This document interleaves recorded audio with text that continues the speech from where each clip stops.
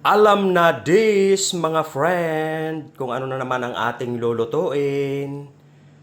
Ayan, ang ating sangkap. So, meron tayong pork knuckle.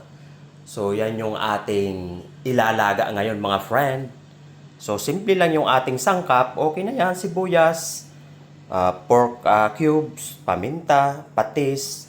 Meron tayong patatas, tsaka cabbage. So, ano pa bang inaantay natin? Lulutuin na natin yan, mga kaibigan, at makakahigop naman tayo ng mainit na sabaw. Hello! Magandang tanghali, mga friends. So nakikita nyo yan? So maglalaga po tayo, mga kaibigan, ng pork knuckle.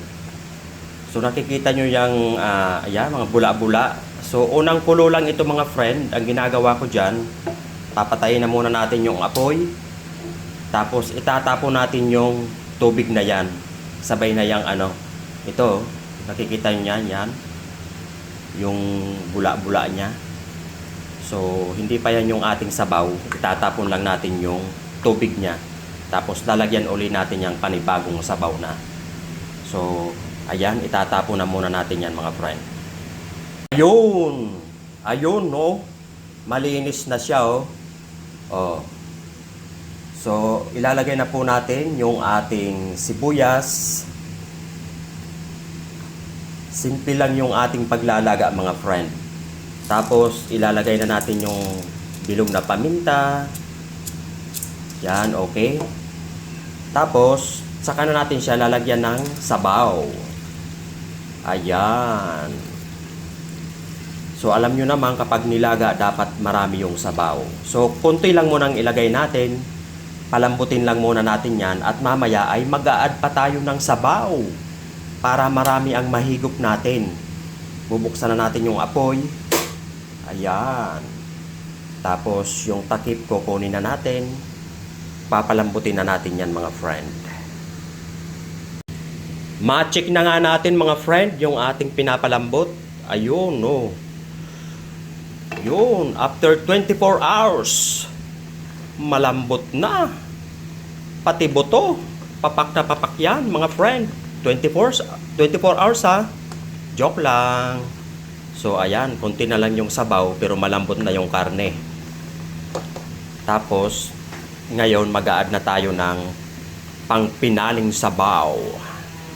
Makahigop tayo ng maraming sabaw. Ayan.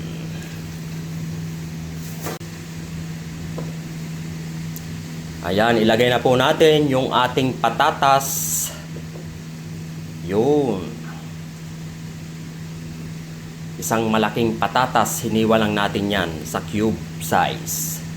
Tapos isunod na rin natin yung pork cube. O, di ba? Yan. Kunting halo-halo. Tapos tatakpan uli natin yan ng mga 10 minutes. Palutuin lang natin yung patatas.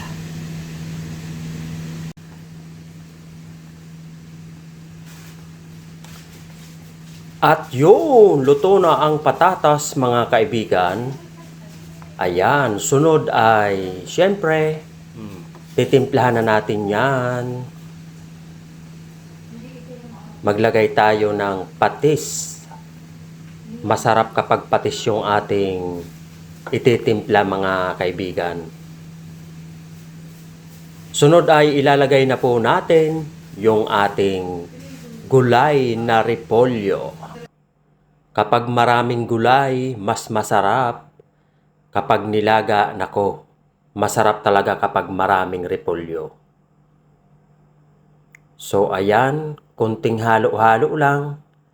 Tsaka gusto ko dyan, mga kaibigan, sa repolyo, gusto ko yung medyo crunchy pa siya. Ayaw ko ng masyadong overcook kapag tayo ay naglalaga. Dapat yung half cook lang. Mas masarap yan, mga kaibigan. So, eto na. Luto na ang ating nilaga. Kaya, kain na po tayo.